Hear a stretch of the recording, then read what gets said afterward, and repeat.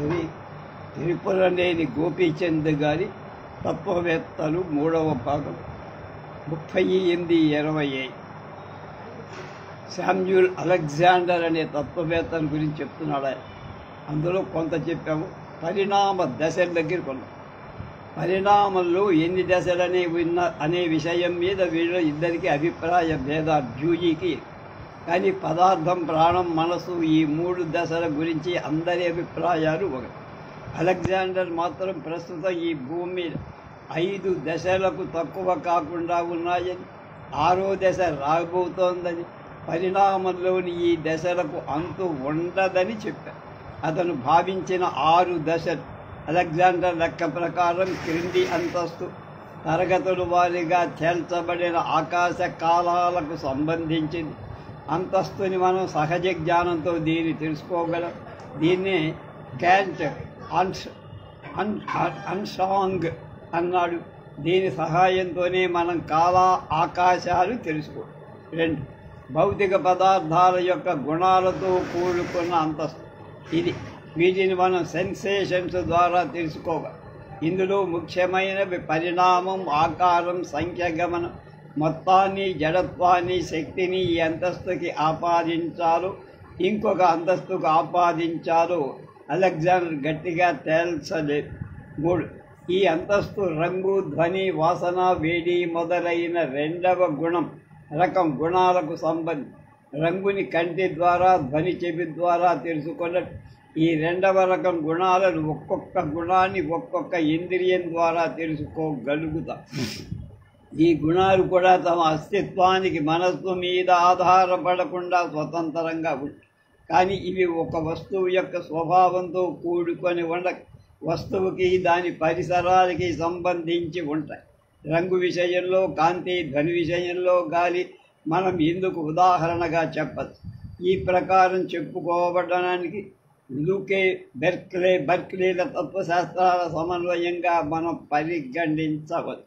ప్రధాన గుణాలు కాక 2వ రకం గుణాలు కూడా యథార్థమైన మనస్సుకు విడిగా స్వతంత్రంగా ఉంటే కానీ బయట ప్రపంచంలో హోదాలో మాత్రం వాటికి వీటికి కొంచెం తేడా ఉంటుందని చెప్పాడు అలెగ్జాండర్. ఇది ప్రాణానికి సంబంధించిన అంతస్తు 4. తక్కువ అంతస్తులకు సంబంధించిన గుణాలే కాక కొన్ని కొత్త గుణాలు బహిర్గతమయ్యి అసలు పదార్థంలో భేదం లేదు. ఈ గుణాలు ఒక రకంగా నిర్మాణమైన పదార్థం యొక్క ఫలితాలే. కండరాలు, కదలిక, ఆకలి, దాహం మొదలైన వాటి ద్వారా మనం ప్రాణాన్ని తెలుసుకోగలుగుతాం. వాస్తవిక వాది అయిన అలెగ్జాండర్ వీటిని మనస్సుకు విడిగా ఉన్న నిజమైన ప్రేరేపణ కింద పరిగణి. అతనికి ఇవి సహజమైన ప్రపంచంలోని సంఘటనలు. అయితే మనస్సుకు సంబంధించిన అంతస్తు, ఈ అంతస్తుకు చెందిన లక్షణాలు మన ఆలోచనలకు సంబంధించినవి కావు. మనలో మనమే ఆనందించి ఇతరుల ఆనందాన్ని సానుభూతితో తెలుసుకోగలిగిన లక్షణం. జీవితం అంతస్తులలో ఉన్నవారు జీవితాన్ని ఆనందిస్తారు అని ఆస్వాదించరు. పై అంతస్తుకు చెందిన వాళ్ళు మాత్రమే మనం ఆనందించే మానసిక స్థితిని ఆస్వాదించగలుగుతారు అంటాడు అలెగ్జాండర్. 6. భూమి మీద అంతరించని మరో అంతస్తు దేవత అంతస్తు గత అంతస్తు కంటే అభివృద్ధికరమైందని చెప్పటం కంటే ఎక్కువ ఊహించటం కష్టం. నా మనసు నాకు చెట్టు మాదిరిగా, బల్ల మాదిరిగా ఒక పదార్థం కాదని చెబుతూ దేవత అనే భావాన్ని స్పేస్ టైం డయటీ అనే గ్రంథంలో ఇలా విపులీకరించా. నాకంటే వృద్ధి చెందింది అంటే మానసిక స్థితిని దాటిన మరొకరిని ఊహించుకోండి. అతన్ని దేవత అందాం. అతనికి మాత్రం నా చైతన్యం చెట్టుతో సరైన పదార్థంగా కనిపిస్తుంది. చెట్టుని, భూమిని నేను కలిపి చూడగలిగినట్టే అతడు చెట్టుని సంబంధించిన ఆనందాన్ని చూడగలడు. విలువ అలెగ్జాండర్కి విలువలు 3వ తరగతికి చెందిన గుణం. మొదటి తరగతి గుణాలకు మళ్ళీ ఇవి పదార్థాలకు వాటంతటవి చెందినవి కావు. 2వ తరగతి గుణాల మళ్ళీ పరిసరాలకు సంబంధించిన పదార్థాల గుణాలు కావు. మొదటి 2 రకాలు గుణాలు స్వతంత్రంగా అస్తిత్వం కలిగినవి. తమ అస్తిత్వానికి మనస్సు మీద ఆధారపడి లేవు. విలువలు అలా కాదు, అవి మనకు పదార్థాలకు ఉన్న సంబంధం మీద ఆధారపడి మనస్సుకు విడిగా ఉండలే. అలెగ్జాండర్ తత్వశాస్త్రంలోని ముఖ్య లక్షణాలు ఇవి. ఈ లక్షణాలు మనం పరిశీలిస్తే అలెగ్జాండర్ మానవుడికి భూమి మీద నిలిపి అతనికి ఒక నిర్దిష్టమైన దృష్టిని ఇవ్వటానికి తీవ్ర ప్రయత్నం చేశారు. ఇతరుల నిరాశ, తప్పుకు తిరిగే అవకాశం కనపడిన చోట అలెగ్జాండర్ ఆనందం కనిపించి, అలెగ్జాండర్ దృష్టిలో మానవుడు ప్రకృతికి విడిగా లేడు, ప్రకృతిలోనే ఉంటాడు. ఈ ప్రపంచం ఒక పద్ధతికి లోనై ఉంది. ఇది కాలంతో, ఆకాశంలో కూడుకొని ఒక విధానం. దీనికి అర్థం ఉంది, పొందిక ఉంది, ఏకత్వం ఉంది అంటాడు మిల్టన్ ఆర్ క్యాన్విజ్ తాను రాసిన విలువల యొక్క స్వభావం అనే గ్రంథం. అదే గ్రంథంలో ఇంకో చోట ఈ ప్రపంచంలో మనిషికి, మనస్సుకి ఉచిత స్థానాలు కల్పించడం అలెగ్జాండర్ యొక్క, అంటే శామ్యూల్ అలెగ్జాండర్ యొక్క ఉద్దేశం. వాస్తవికవాదిగా అతను పదార్థాలకు మనస్సు యొక్క అహం వల్ల పూయబడిన రంగు చూపటం అని ఒక పనిగా, అంతటితో ఆగక మనస్సుతో పాటు వాటికి స్వతంత్రత కల్పించడం ఇంకొక పనిగా పెట్టుకున్నాడు. అతని వాస్తవిక సిద్ధాంతం ఈ ప్రపంచంలో మానవుడికి అతని అపేక్షలకు ఒక స్థానాన్ని కల్పించటంలో ఆగల పదార్థాల భౌతిక స్వభావం అన్నింటికీ వర్తిస్తుందని, ఒక కోణం నుంచి చూస్తే అన్ని స్వభావ సిద్ధమైనవిగా, మెకానికల్గా కనిపిస్తాయని నమ్మకం కలిగినట్టు చేసి. 6వ భాగం నవ్య వాస్తవిక ఉద్యమం, శాస్త్రజ్ఞానం వల్ల పుట్టిన ఉద్యమం. పాశ్చాత్య దేశాల్లో లేని వ్యాపకానికి పరిస్థితులు బాగా దోహదం చేసి, దీనికి దోహదం చేసి వాస్తవిక ఉద్యమం యొక్క అవసరాన్ని తెచ్చిపెట్టిన పరిస్థితిలో జోసెఫ్ ఎల్ బ్లా మానవులు ఉద్యమాలు అనే గ్రంథంలో చక్కగా చెప్పి, కాంట్, ఇమాన్యుయల్ కాంట్ శాస్త్రజ్ఞానానికి కొన్ని హద్దులు పెట్టదలిస్తే అతని అనుచరుడు ఈ ప్రయత్నాన్ని అతనికి ప్రకృతి శాస్త్రాల మీద నమ్మకం లేకపోవటంగా అర్థం చేసుకొని వాస్తవికత్వాన్ని తెలుసుకోవటానికి సైన్స్కి అతీతంగా ఉండే ఒక దృష్టిని ప్రోత్సహించి, అనుభవం మీద ఆధారపడే శాస్త్రం నిజాన్ని తెలుసుకోలేరు అన్నారు. భౌతిక ప్రపంచాన్ని అధిగమించి ఊహించగల తాత్విక ఊహలే ఇందుకు తగినవి అని ప్రకటించి, మొత్తం ప్రపంచాన్ని అర్థం చేసుకోవటానికి తాత్విక సత్యాన్ని అనుసరించడం కంటే వేరే మార్గం లేదని కూడా. ఈ మార్గం ప్రకారం యథార్థం కొందరికి మనస్సు, కొందరికి పురుషుడుగా కొందరికి ఇచ్ఛగా, మానవ జ్ఞానానికి సంబంధించిన పదార్థాలు వాటిని తెలుసుకునే ప్రయత్నంలో మారుతూ ఉంటాయని, కాబట్టి తెలుసుకోవటం అనేది ఎప్పుడూ జరగదని చెప్పి భావవాదం వీటన్నిటితో సహించింది.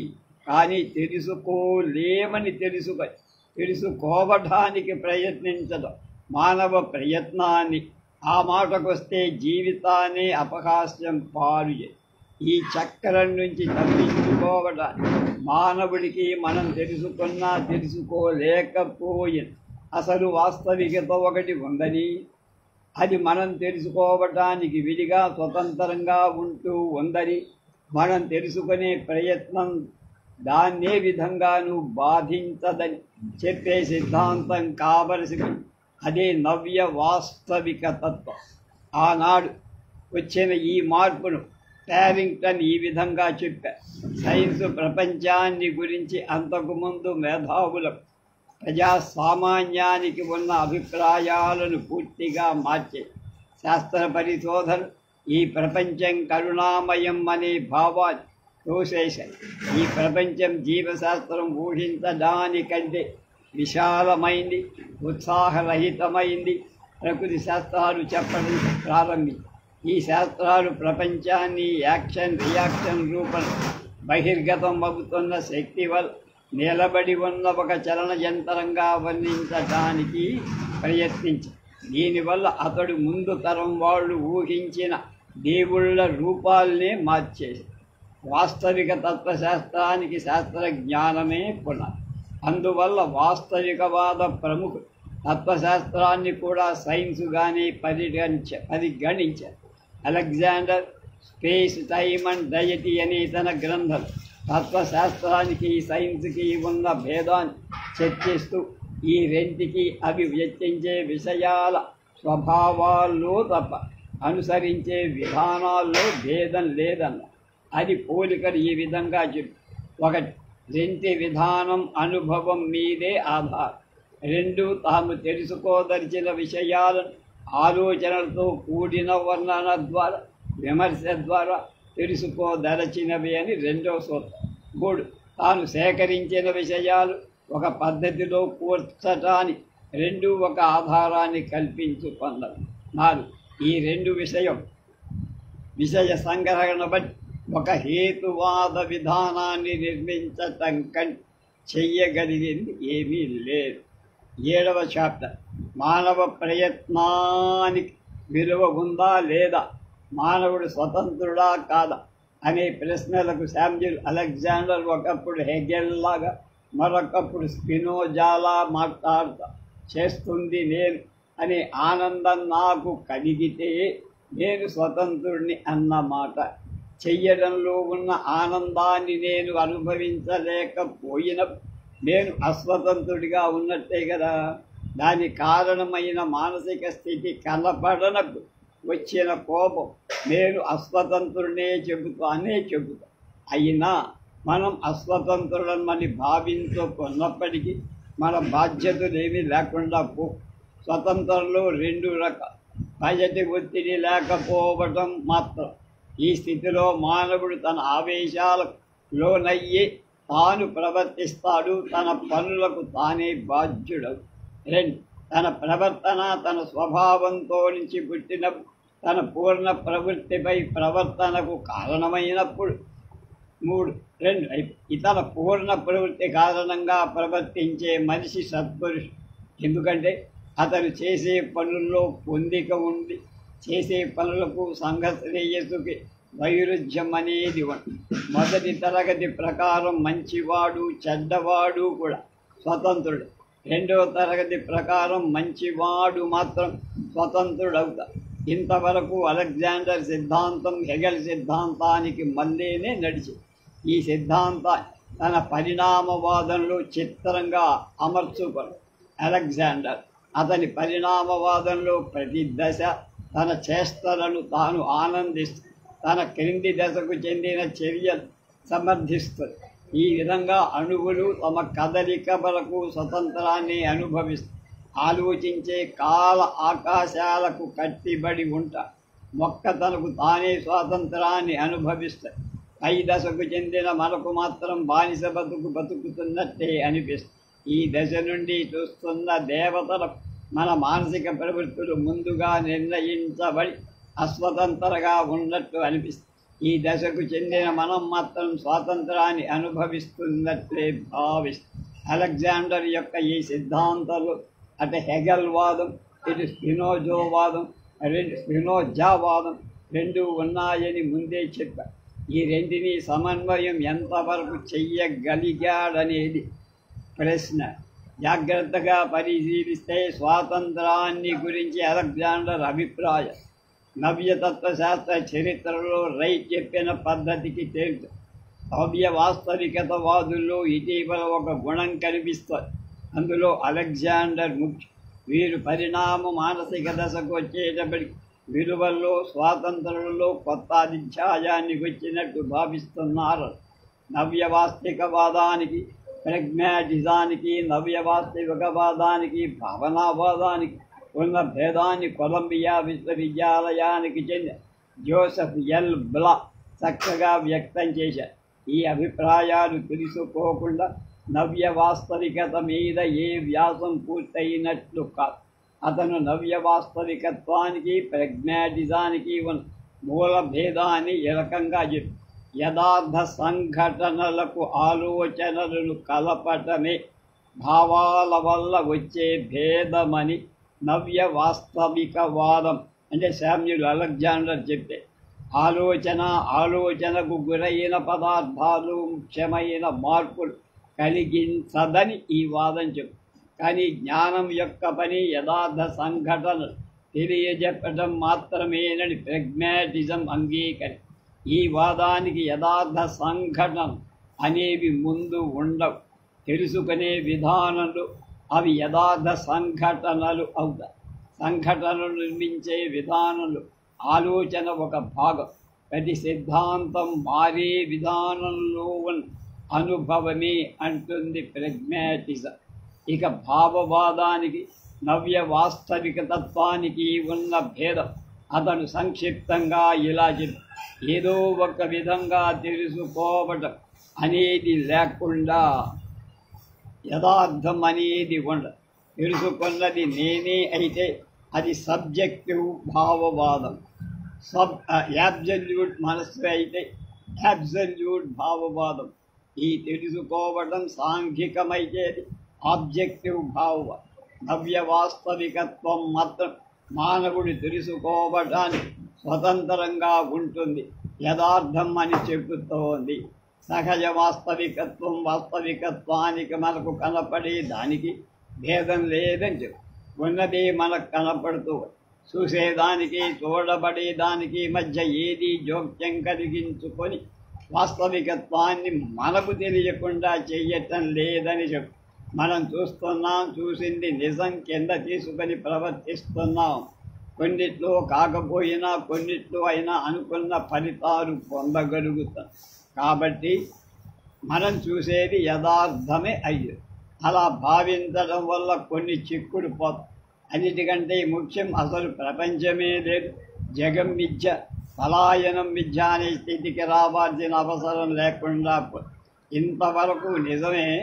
కానీ ఈ దృష్టి మరొక కొత్త చిక్కు తెచ్చి ఉన్నదాన్ని మనం తెలుసుకుంటున్నప్పుడు చూసేదాని చూడబడేదాని మధ్య ఏది జోక్యం కలిగించుకోనప్పుడు పొరపాటుగా భ్రాంతి ఎలా కలుగుతుంది? ఈ ప్రశ్నకు సహజ వాస్తవికవాదులు జవాబు చెప్పలేకపోయి ప్రశ్నకు జవాబుగా దిశార్టిస్ లోకే మొదలైన తత్వవేత్త ద్వంద్వ సిద్ధాంతాన్ని సృష్టించి ఈ సిద్ధాంతం తెలుసుకునేది వేరు, తెలుసుకోబడేది వేరు అని చెప్పి తెలుసుకున్నది తెలుసుకోబడేది వేరు అవటం వల్ల తెలుసుకోవడంలో పొరపాటు భ్రాంతులు కలుగుతాయని చెప్పి ఈ విధంగా సహజ వాస్తవికవాదం తెచ్చిపెట్టిన చిక్కును ఈ ద్వంద్వవాదం విడదీస్తుంది. కానీ ఈ వాదం చేసిన పని అంతవరకు. పై చిక్కులను విడదీయటం కోసం అసలు వాస్తవికత్వాన్ని తెలుసుకోలేం అనే పరిస్థితిని అంగీకరించాల్సి వచ్చినప్పుడు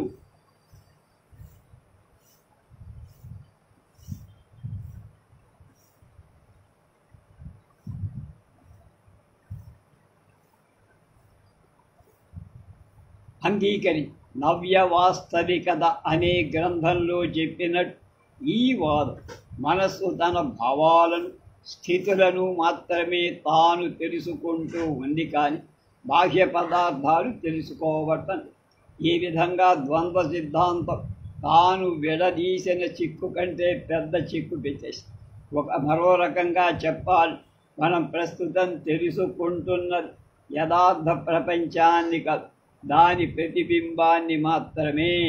మనకి శంకర భగవత్పాదులు వీళ్ళంతా చెప్పిన మాయా సిద్ధాంతం భావవాదం ఈ చిక్కును విడదీయటానికి ఈ వాదం మనస్సుకు విడిగా ఉన్న బాహ్య ప్రపంచాన్ని వదిలేసి మనస్సులు మానసిక స్థితులు ఉన్న ప్రపంచాన్ని గమనంలోకి చూసేది లేకుండా చూడబడేది లేదు, చైతన్యం లేకుండా అస్తిత్వం లేదు. అటువంటి అల్లకల్లోలలోకి నవ్య వాస్తవికత అడుగుపెట్టి మనం తెలుసుకున్నా తెలుసుకోకపోయి వాస్తవికత అనేది స్వతంత్రంగా ఉందని ముందు నిర్ధారి మనం చూడగలిగేది వాస్తవికతే అన్నది. అయితే వాస్తవికతను మనం సంపూర్ణంగా చూడలేకపోతున్నాం కనుక ఊహించడానికి కొంత అవసరం కలగడం, దానివల్ల భ్రమ ప్రమాదాలకు చోటు దొరకటం అని చెప్పి పరిణామవాదాన్ని అంగీకరించి మనస్సుకు అందులో ఈనాటి దశలో ఉన్నటువంటి అగ్రస్థానమి. తత్వశాస్త్రాన్ని మేఘాలలో నుంచి కిందకి లాగి భూమి మీద నిలబెట్టి శాస్త్రజ్ఞానం మీద ఆధారపడేటు చేసి దానికి ఒక ప్రత్యేకతను లేకుండా చేసింది. ఇది శామ్యూల్ అలెగ్జాండర్ గారి సిద్ధాంతం.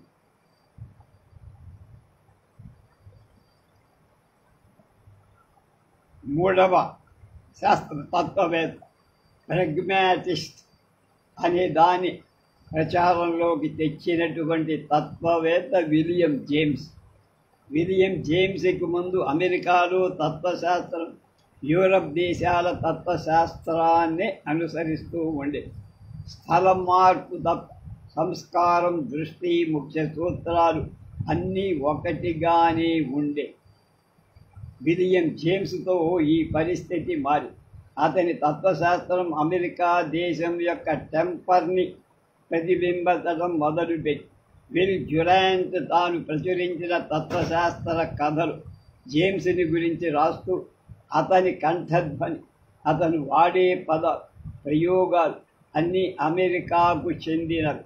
అమెరికా సంఘంలో ఎక్కువ వాడబడే డబ్బు విలువ, ఫలితాలు, లాభాలు మొదలైన పదాలు వాడి అతను తన ఆలోచనలు సామాన్య పౌరుడికి అందుబాటులోకి తీసుకువెళ్ళటానికి ఉత్సాహపడ్డాడు. అతను శాంతాయన, హెన్రీ జేమ్స్ మొదలైనటువంటి వాళ్ళ పై స్థితిలో ఉన్నవాళ్ళు మాట్లాడినట్లు మాట్లాడకుండా అందరికి అందుబాటులో ఉండే అర్థం అయ్యేటట్లు మాట్లాడేవాడను. జాన్ శాంతాయన్ యూరప్ దేశాల సంస్కారంలో మునిగి తేలినవాడు మాట్లాడినట్లు మాట్లాడితే, విలియం జేమ్స్ అమెరికా నేల నుంచి పెళ్ళగిలి వచ్చిన వాడు మాట్లాడినట్టు మాట్లాడి పాల్ హెన్రీ క్లాసికల్ అమెరికన్ తత్వవేత్తలనే గ్రంథం ప్రపంచం దృష్టిలో విలియం జేమ్స్ అమెరికన్ తత్వశాస్త్ర ప్రతినిధిగా పరిగణింపబడ్డాడు. అంబాసిడర్. పాశ్చాత్య తత్వశాస్త్రం యొక్క పరుగుబడి వదిలించుకొని తన కాళ్ళ మీద తాను నిలబడటానికి అమెరికా దేశం యొక్క ఆలోచన చేసే ప్రయత్నం ఈ దశకు చెందిందే. ఈ అభివృద్ధికి జేమ్స్ చాలా సహాయపడ్డాడు. అతని తత్వశాస్త్రం స్వభావంలో, విన్యాస వైఖరిలో పూర్తిగా అమెరికా దేశానికి చెంది. అతని సిద్ధాంతం అయిన ప్రెగ్మాటిజానికి యూరప్ దేశాలలోని కొన్ని భావనల కొద్దిపాటి పోలికలున్న మొత్తం మీద ఆ సిద్ధాంతం అమెరికా దేశంలో పుట్టిన సిద్ధాంతం లాగానే భావించబడి విలియం జేమ్స్ని పాత జీర్ణించుకొని కొత్తకు కారకుడైన తత్వవేత్త అనుకోవచ్చు. అందుకని అతని తర్వాత వచ్చిన తత్వవేత్తలంతా వారిలో వాళ్ళకి ఎన్ని అభిప్రాయ భేదాలున్నా విలియం జేమ్స్ని గౌరవిస్తారు, గురువుగా భావి తమ దృష్టికి అతను ఒక విధంగా కారకుడని చెప్పుకోయే ప్రయత్నం కూడా. ఈ విషయాన్ని ప్రస్తావిస్తూ బెర్ట్రాండ్ రసెల్ తాను రాసిన పాశ్చాత్య తాత్విక చరిత్రలో ఒక్క శాంతాయన తప్ప మిగిలిన తత్వవేత్తలందరూ అతన్ని గౌరవించే వాళ్ళే అని చెప్పారు. అతనంటే భక్తిని చూపనివాడు నేను ఎరిగినంత వరకు శాంతాయన ఒక్కడే. డాక్టరేట్ కోసం శాంతాయన వ్రాసిన వ్యాసాన్ని జేమ్స్ పండిన కుళ్ళుడు అన్నాడు. కుళ్ళు అన్నాడు అంటే కుళ్ళిపోయిన విషయం. స్వభావాలలోనైనా వీళ్ళకి వైరుధ్యం, ఇది దాటడానికి వీలు లేనంత వైరుధ్యం, గ్యాప్ అంటారు. శాంతాయన మతం అంటే ఇష్టమే, కానీ ఆ ఇష్టం జేమ్స్ ఇష్టం వంటిది కాదు. జేమ్స్కు మళ్ళీ నీతిగా బతకడానికి ఉపయోగపడుతుందనే ఉద్దేశంతో కాక మతాన్ని శాంతాయన చారిత్రక దృష్టితో, రస దృష్టితో ప్రేమించి ఈ కారణం చేత ప్రొటెస్టెంట్ మతాన్ని కంటే క్యాథలిక్ మతాన్ని సమర్థించారు. సత్ప్రవర్తన ముఖ్యం అనుకునే జేమ్స్కి ఇది గిట్టేదిగా. అతని ప్రజాస్వామిక స్వభావం తత్వవేత్తలకు ఒక సత్యం, మామూలు ప్రజలకు ఒక సత్యం ఉంటుందని అంగీకరించడానికి ఎదురు తిరిగే. తనకు ముందున్న తత్వవేత్తలకు లాగా కాక జేమ్స్ ఆలోచనలు ఎప్పుడూ భౌతిక ప్రపంచానికి సంబంధించే ఉండే, మామూలు ప్రజలకు సహాయకారిగా ఉండే, సంఘానికి అతీతంగా ఉండే తర్కంలో, వివాదాల్లో, ఊహలలో అతనికి ఏమాత్రం నమ్మకం లేదు. మనం ఆలోచించినా ఏం చేసినా మానవ శ్రేయస్సుకే కాబట్టి ఏ వంకతో మానవుడికి అపకారం జరిగినా అది సహింపదగింది కాదని అతని ఉద్దేశం. అందుకనే ప్రెగ్మాటిజం అతనికి నచ్చి, ప్రెగ్మాటిజం ఒక భావం, ఒక మంచి చెడ్డలను దాని ఆచరణ వల్ల వచ్చే ఫలితాలను బట్టి నిశ్చయించాలని చెప్పు. ఆలోచనలకు పదార్థానికి పైన ఎంత భేదం పైకి కనిపించినా ఆలోచన పదార్థం యొక్క ప్రతిబింబమే అని, ఇంకొక రకమైన అస్తిత్వం దానికి లేదని జేమ్స్ విశ్వాసం. మనవాళ్ళు కూడా విలియం జేమ్స్ని బాగానే సమర్థించి, అంతేకాదు ఈ ప్రతిబింబం కొందరు భావిస్తున్నట్లు కాక అసలు సరైన ప్రతిబింబమే అని కూడా అతడి విశ్వాసం. హ్యూమ్ మొదలైనటువంటి తత్వవేత్తలు భావించినట్టు అది విభాగాలను మాత్రమే ప్రతిబింబించదు, వాటి సంబంధాలు కూడా ప్రతిబింబించదు. ఒక సందర్భానికి చెందిన అన్నిటినీ అది చూడగలదు. సందర్భానికి దాన్ని చూసేదానికి మధ్య దేని జోక్యం ఉండదు కూడా. ఈ విధంగా భావించాడు జేమ్స్. అందువల్ల కాంటుని అంటే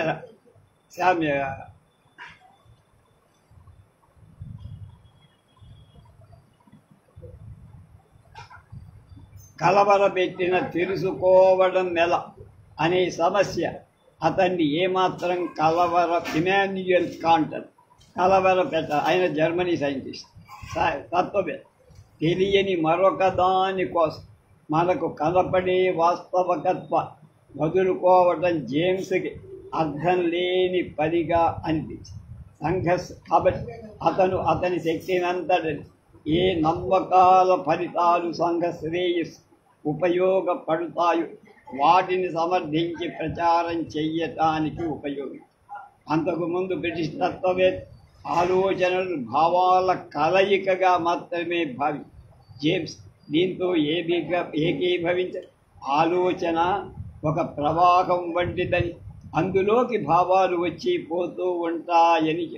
చైతన్యానికి భావవాదులు పూసిన రంగుల దాన్ని ఆధారంగా చేసుకొని వాడు నిర్మించిన భవనాలు పరిశుభ్రంగా తుడిచేసి దాని నిజస్వరూపాన్ని లోకం ఎదుట నిలబెట్టి చైతన్యాన్ని గురించి జేమ్స్ అభిప్రాయాన్ని డ్యురాంట్ అనే ఆయన ఈ విధంగా చెప్పారు. చైతన్యం అనేది ఒక వస్తువు కాదు, ఒక ప్రత్యేక తత్వం కూడా కాదు. సంబంధాలకు సంబంధించి అనుక్షణం మారే ఒక విధానం. అది పదార్థాల సంబంధం, సంఘటనల యొక్క పర్యవసానంతో ఆలోచనల సంబంధం, పర్యవసానం కలిసేతో అటువంటి అది ఆలోచనలోకి అకస్మాత్తుగా వచ్చే ఒక దృశ్యం కాదు, వాస్తవికత్వమే అవుతుంది. దీనికి కారణం ఈ దృశ్యానికి కనబడేదానికి వెనక ఏమీ లేకపోవడం. తత్వశాస్త్రాన్ని అరటి పండు ఒలిచి చేతిలో పెట్టినప్పుడు ఎంత గహనమైన దాన్ని ఎంత తేలిగ్గా గోపీచంద్ రాశాడో నిజంగా హ్యాట్స్ ఆఫ్ అని చెప్పాలి. అంతేకాక అనుభవానికి చెందిన ఈ విధానం వెనక ఒక ఆత్మను కనిపెట్టాల్సిన అవసరం కూడా లేదు. పరిపూర్ణత అనేది ఏ విధంగా ప్రాపంచిక సంబంధాల మొత్తము, అదేవిధంగా ఆత్మ అనేది కూడా మానసిక అనుభవాల మొత్తం. మన చైతన్యాన్ని ఈ విధంగా విప్పి చెప్పి తత్వవేత్తల దృష్టిని ప్రపంచం వైపుకు తిప్పాడు జేమ్స్. ప్రపంచంలో ఇక మిగిలింది ప్రజలు, వాళ్ళ శ్రేయస్సు. ప్రజల శ్రేయస్సుకు వ్యతిరేకంగా ఉండే ప్రతి భావన తప్పే. అది సైన్స్ కానీ, రాజకీయం కానీ, తత్వశాస్త్రం కానీ. ప్రజలను కష్ట నష్టాలు గురి చేసే ప్రతి సిద్ధాంతం తప్పే. ప్రిన్సిపల్స్ ఆఫ్ సైకాలజీ అనే పుస్తకంలో తన దృష్టిని ఈ విధంగా విశదపరిచాడు జేమ్స్. ఏ తత్వశాస్త్రమైనా మిగిలిన విషయాల్లో ఎంత నిర్దుష్టంగా ఉన్నా ఈ రెండు తప్పుల్లో ఏ ఒక్కటి తప్పు చేసినా అది ఎందుకు పనికి రాకుండా ఒకటి మన ప్రియమైన కోరికలను మనం దాచుకున్న ఆశలను గందరగోళపరిచి తృణీకరించడం ఇందులో మొదటిది. రెండవ తప్పు ఇంతకంటే ప్రమాదకరం. మన సహజ కోరికలను వైరుధ్యం కల్పించి దానికంటే ఆ కోరికలకు ఒక ఆదర్శాన్ని ఇవ్వలేకపోవడం ఘోరమైనది. మన కోరికలకు తగిన ఆదర్శాన్ని చూపలేని తత్వశాస్త్రం, మన కోరికలున్న ఆదర్శాన్ని రూపుమాపే తత్వశాస్త్రం ఘోర కలిగి దారితీస్తుంది. నిరాశావాదానికంటే ప్రమాదకరమైన విముఖత్వాన్ని లేపుతుంది. ఈ కారణం వల్లే భౌతికవాదాన్ని అంతా అనుసరించాడు అని కూడా విలియం జేమ్స్ చెప్పారు. రెండవ చాప్టర్ తత్వశాస్త్ర చరిత్ర పరిశీలిస్తే మనకొక విషయం స్పష్టంగా తెలుస్తుంది. ఈ లోకంలో మహాపురుషులు ఉద్భవించారు. కొందరు భగవంతుడు ఉన్నాడన్నారు, కొందరు లేడన్నారు. కొందరు మనం జీవించే ఈ లోకమే నిత్యం సత్యం అని, కొందరు మరికొన్ని లోకాలున్నాయి అవి ముఖ్యం. మనం జీవించే ఈ లోకం మనల్ని ఈ లోకంలో సన్నద్ధం చేసే రంగభూమి ఆ లోకాన్ని సన్నద్ధం చేసే రంగభూమి మాత్రమే అన్న. ఎవరు చెప్పే కారణాలు వాడు చెబుతూనే ఉన్నారు. ఒకప్పుడు ఒక వాదం జయించినట్టు రెండవ వాదం ఓడిపోయినట్టు కదా. కానీ కొద్ది కాలం జరగగానే పోయిందనుకున్న వాదం విజృంభిస్తుంది. దీనికి అంతు ఉన్నట్లు కానీ అంతిమ విజయం కానీ ఉన్నట్టు నాకేం కనపడదు. ఇది చిత్రాతి చిత్రమైన పరిస్థితి. ప్రముఖ తత్వవేత్త ఆల్ఫ్రెడ్ నార్త్ వైట్ హెడ్ తాను వ్రాసినటువంటి భావాల సాహస కృత్యాలు అనే గ్రంథంలో పరిస్థితిని ఈ విధంగా చెప్పారు. మానవ చరిత్రను ఇహలోక పరలోకాల మధ్య ఊగిసలాటగా మనం చెప్పుకో. లోభత్వానికి, సౌశీల్యాన్ని, సత్యానికి, ప్రమాదానికి ఉన్న వ్యత్యాసాన్ని, తేడాన్ని ప్రదర్శించే రంగస్థలంగా చూడదు. ఒక్కొక్క విధానం కొన్ని గుణాలను ప్రస్ఫుటం చేసి కొన్ని గుణాలను కప్పేస్తుంది. తాను గమనంలో తీసుకోగా మిగిలిన గుణాలను తాను తీసుకొని వాతావరణంలోకి నిత్యవతలేస్తుంది. మనం ప్రపంచాన్ని పై విధంగా అర్థం చేసుకుంటున్నాం. ప్రపంచాన్ని అర్థం చేసుకోవాలి అనే సిద్ధాంతాల చర్చ ఈ విధంగా జరుగుతుంది. ఇది సత్యాన్వేషణ కావచ్చు. సత్యాన్వేషణకు మనకు తెలిసిన మార్గం ఇదొక్కటే కావు. వైట్ హెడ్ చెప్పినట్టు పొరపాట్ల చరిత్రే భావాల చరిత్ర అయినా ప్రవర్తనను స్వచ్ఛపరచడానికి ఈ విధానం ఉపయోగపడుతుంది అని అర్థం చెప్పదు. కానీ ఈ విధానం మామూలు మానవుణ్ణి గందరగోళం పరచి నిరుత్సాహపరి దేన్ని నమ్మని అపనమ్మకస్తుడిగా చేసి వదిలిపెడుతుందనేది నిర్వివాదం. మానవుణ్ణి ఈ ప్రమాదం నుంచి తప్పించడానికి జేమ్స్ మరొక మార్గం తొక్కారు. పై గందరగోళం జోలికి పోకుండా దేని ఫలితం శ్రేయస్కరమైందో అదే సత్యం అన్న ఈ భావం మామూలు మనిషికి చాలా హాయినిచ్చే భావం. ప్రత్యక్ష నిదర్శనతో అవటం వల్ల తేలిగ్గా అర్థమయ్యే భావం. సత్యాన్ని ముందు మనం తెచ్చుకొని దాన్ని ఆచరణలో పెట్టడానికి బదులు ఫలితాన్ని బట్టి సత్యాసత్యాలు నిర్ణయించడం కొత్త పద్ధతి. ఈ ఉద్దేశంలోనే హొరేస్ ఎం. కాలెన్ విలియం జేమ్స్ అనే గ్రంథానికి తాను రాసిన పీఠికలో జేమ్స్ ఇతరులు చెప్పిందే చెప్పి ఉండొచ్చు, అతడు కొత్త విషయాలు ఏమీ చెప్పి ఉండకపోవచ్చు, కానీ అతడు అనుసరించిన మార్గం ఇతరులకు మాత్రం మార్గదర్శనం చేస్తూ ఉన్నారు. అతని తత్వశాస్త్రంలో మొత్తం మీద చూస్తే ముఖ్యమైన విషయం అతను సూచించిన అర్థాన్ని తెలుసుకునే విధానమే. ఆ విషయాన్ని ప్రస్తావిస్తూ పాన్ హెన్రీ ఈ విషయంలో జేమ్స్ పియర్స్ని అనుసరించినట్టు అతడే చెప్పారు. పియర్స్తో పాటు అతను ఒక భావానికి అర్థాన్ని అనుభవంలోకి పెట్టడం వల్ల వచ్చే ఫలితాలను ఊహించి వాటిని బట్టి నిర్ణయించాలని అని వ్రాసి జేమ్స్ తత్వశాస్త్రంలో ముఖ్యమైన ఈ సూత్రాన్ని విపులంగా మనం తెలుసుకుందాం. ఉదాహరణ, నా సిగరెట్ ఆరిపోయింది అనే వాక్యాన్ని తీసుకుందాం. సిగరెట్ ఆరిపోవడం యొక్క ఫలితాలు ఏమిటి? పీల్చినా పొగ రాకపోవడం, రుచి లేకపోవడం, వేలు అంటించినా కాలకపోవడం మొదలైనవి. కాబట్టి ఈ ఫలితాలను బట్టి సిగరెట్ ఆరిపోయింది అనే అర్థం తెలుసుకోవాలి. ఇంతవరకు అందులో గొప్పగా చెప్పుకోవాల్సిన కొత్తగా ఏం లేదు. కానీ ఈ వాక్యం యొక్క మొత్తం అర్థాన్ని అనుభవంలోకి వచ్చే ఫలితాన్ని బట్టి మనం తెచ్చుకోవచ్చని ఈ తత్వవేత్తలు చెప్పినప్పుడు మాత్రం పై సిద్ధాంతానికి అంతకు ముందు లేని నూతనత్వం వస్తుంది. ఈ సిగరెట్ ఉదాహరణ చిన్న ఉదాహరణ, కానీ ఎటువంటి భావాన్నైనా అనుభవంతో ఇటువంటి స్థితికి తీసుకురావచ్చని జేమ్స్ అభిప్రాయం.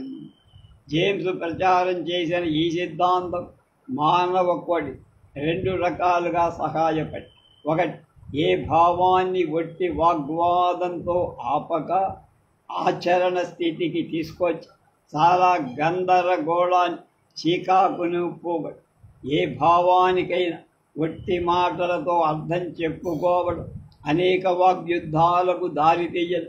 చివరికి అనేక సందర్భాల్లో మనం ఊహించని అర్థాలు పుట్టుకు రావడం, అవి సంఘానికి అపకారం చేసేవి అవడం నిత్య జీవితంలో మనం చూస్తూనే ఉన్నాం. జేమ్స్ పద్ధతి ఫలితాలను గీచురాయిగా పెట్టి ఆ ప్రమాదాన్ని నిర్మూలి. ఉదాహరణ, ఈ బల్ల సరిగ్గా 1 గజం పొడగుంది అనే వాక్యాన్ని ఈ బల్ల గజం పొడుగు ఉండదు, కానీ అది ఎంత దగ్గరగా ఉందంటే ఈ భేదాన్ని ఏ కొలబద్ద గ్రహించలేదు అనే వాక్యాన్ని తీసుకు. పైకి 2 వాక్యాలు చాలా భేదం ఉన్నట్టు కనిపించినా ఒకదాన్ని వ్యతిరేకిస్తున్నట్టుగా, కానీ జేమ్స్ యొక్క ప్రెగ్మాటిస్ట్ విధానం ప్రకారం చూస్తే ఈ వైరుధ్యం కనపడ అంతరిస్తుంది. ఏ సాధన సంపత్తితో చూసినా ఆ బల్ల గజం పొడిగే ఉంటుంది అనే అర్థానికే వస్తుంది. అనుభవానికి వచ్చే ఫలిత అర్థాలు ఒకటేనని తెలుసు. పై వాక్యాల్లో ఒకే భావాన్ని 2 రకాలుగా వ్యక్తపరచడం మాత్రమే కనిపిస్తుంది, పైకి కనిపించే వైరుధ్యం లేదు అని ప్రెగ్మాటిజం చెప్తారు. ఇక సిద్ధాంతం చేసిన సహాయంలో 2వ విధానం, కొన్ని వాక్యాలకు పైకి అర్థం ఉన్నట్లే కనిపిస్తుంది, కానీ అసల్లో అర్థం రాదు. దీనికి కూడా ఒక ఉదాహరణ, ఈ గదిలో ఒక మూల చిన్న దయ్యం ఒకటి కూర్చుందని నేను మీతో చెప్పాననుకోండి. అది 3 అడుగుల పొడవులో ఉందని, దానికి ఒక తోక ఉందని మీతో చెప్పాననుకోండి. అది ప్రజలకు అందదని, దాని మీదకు విసిరేసిన ఏ వస్తువు దానికి తగలదని, దాని దగ్గర నుంచి ఏ వాసన రాదని, ట్రాన్స్పరెంట్గా ఉంటుందని చెప్పాననుకోండి. ఈ విషయాలు తెలియటం మన వివేకం ఏ విధంగా వృద్ధి చెందుతుంది? అటువంటివి ఉన్నా లేకపోయినా మన భావం ఒకటే. అంటే ఆ విషయాలు మన అనుభవంలో ఎటువంటి మార్పును తీసుకురావు రాలేవు. వీటి ప్రభావం మన అనుభవం మీద ఏ విధంగానూ కనపడదు. కాబట్టి జేమ్స్ ప్రెగ్మాటిస్ట్ సిద్ధాంతం ప్రకారం ఈ విషయాలకు స్థూలంగా చూస్తే అర్థం ఉన్నట్టు కనిపించిన అసలు అర్థం లేదు.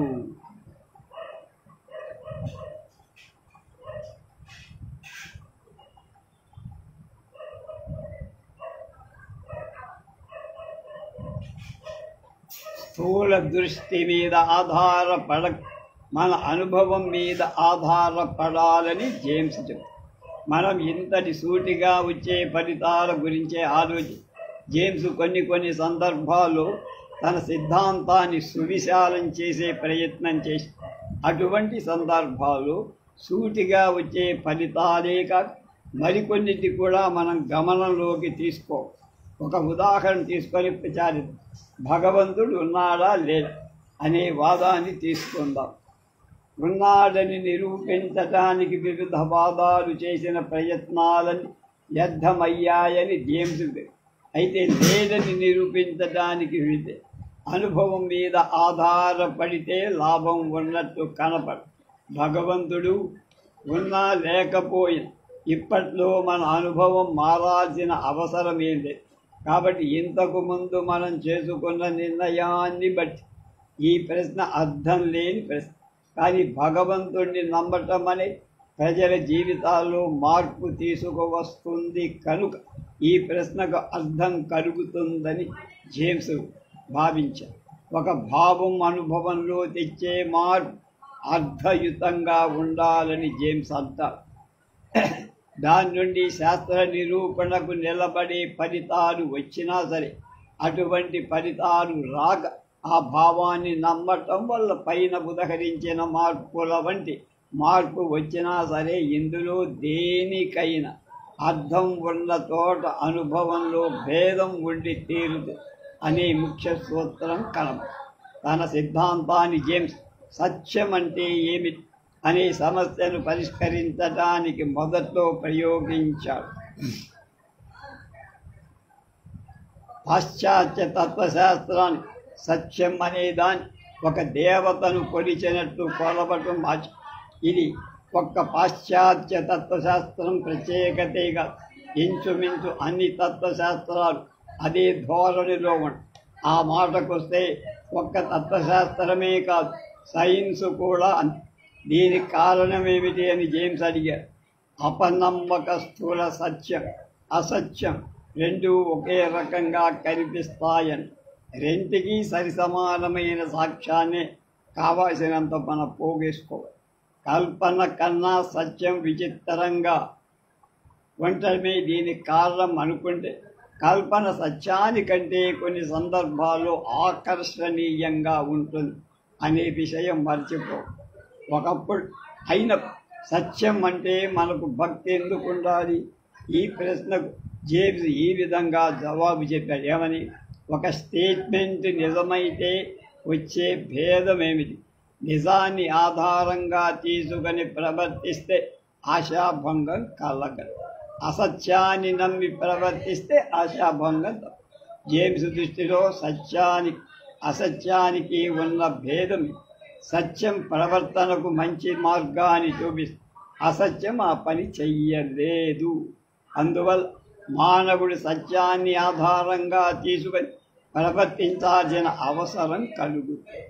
విలియం జేమ్స్ యొక్క ఈ దృష్టిని చర్చిస్తూ పాల్ హెన్రీ అనేవాడు ఇలా రాశారు. జేమ్స్ దృష్టిని మరొక రకంగా చెప్పచ్చబ్బాయి. సైన్సులో అన్ని అంశాలకు సరిగ్గా అర్థం చెప్పలేకపో అనే దాన్ని బట్టి మనం నిలబడిన ఆధారానికి విలువ కల. దాని ఊహలు సత్యమవుతున్నంత వరకు ఏ సిద్ధాంతమై మంచి సిద్ధాంతంగానే భావిస్తుంది. అదేవిధంగా మన నమ్మకాలన్నిటిని ఈ సైంటిఫిక్ సిద్ధాంతాలు పరిగణించినట్టు పరిగణించాలని జేమ్స్ ఉంది.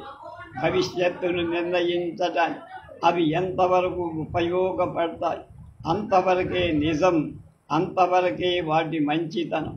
కాబట్టి నా సిగరెట్ ఆరిపోయింది అంటే చిన్న వాక్యాన్ని కూడా పదార్థాల స్వభావం యొక్క చిత్రణగా కాకుండా పీల్చేటప్పుడు నా ప్రేరణ గురించి చెప్పేదానిగా, నా వేరు ప్రస్తుతం కాలదు అనే జ్ఞానాన్ని ఇచ్చేదానిగా భావించి భవిష్యత్తులో ఇది ఎంతవరకు నిజమవుతుందో అంతవరకు దీన్ని ప్రతిపాదిస్తున్న సిద్ధాంతం నిజం.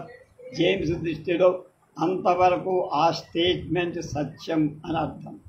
మూడవది, జేమ్స్ దృష్టి యొక్క ఈ దృష్టి అనేక విమర్శలకు దారి తీసింది. ఏది నమ్మటం మంచిదో అదే సత్యం, రాబోయే అనుభవంలో ఏది ఏకీభవిస్తుందో అదే, ఏది అవసరాన్ని తీరుస్తుందో అదే. ఇటువంటి భావాలు అపార్థానికి దారి తీయడం సాధ్యం. కొంతమంది జేమ్స్ యొక్క ప్రెగ్మాటిజం పచ్చి భౌతిక సిద్ధాంతం కొంతమంది మనం చేసిన ప్రతి పనిని సమర్థించుకోవటానికి ఈ సిద్ధాంతం పుట్టిందని, ఇతర విలువలు తెలియని అమెరికా దేశానికి తగిన సిద్ధాంతం అని కొందరు అపహాస్యం కూడా చేశారు. అసలు వాస్తవికత తేలకముందు మంచి చెడులు నిర్ణయించడానికి వీల్లేదని, అందువల్ల ఈ సిద్ధాంతం మానవ జాతికి ఉపకారం కంటే అపకారమే ఎక్కువ చెయ్యొచ్చని కొంతమంది విమర్శకుల వాస్తవక దృష్ట్యా వాద దృష్ట్యా ఈ విమర్శలు సరైనవే. కానీ జేమ్స్ వాదంలో కొంత బలం, కొంత సత్యం, కొంత అవసరం లేకపోలే. ఒకటి, ప్రజలు తాము అనుసరించదలిసిన తత్వశాస్త్రాన్ని, వాస్తవిక తత్వాన్ని పూర్తిగా తెలుసుకొని ఏరుకోరు.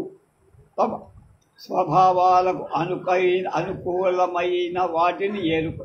తార్కికంగా ఈ తత్వశాస్త్రం రైతేనా అని ఆలోచించాలి.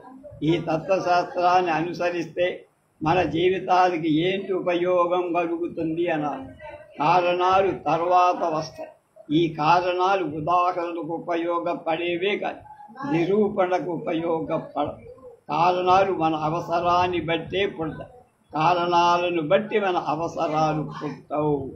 ప్రెగ్మాటిజం అనే గ్రంథంలో విలియం చేసి చాలా బలం మానవ స్వభావాల సంఘర్షణే తత్వశాస్త్ర చరిత్ర.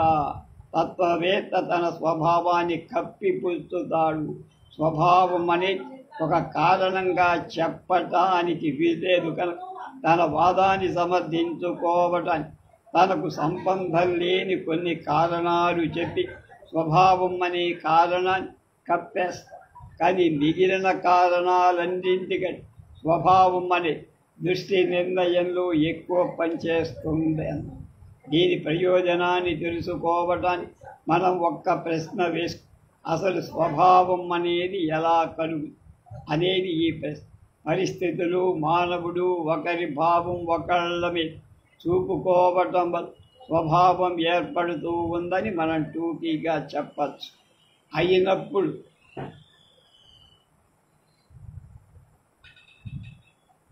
ఈ స్వభావం యథార్థాన్ని కాక అయథార్థాన్ని, అంటే అబద్ధాన్ని ఎందుకు సూచిస్తుంది?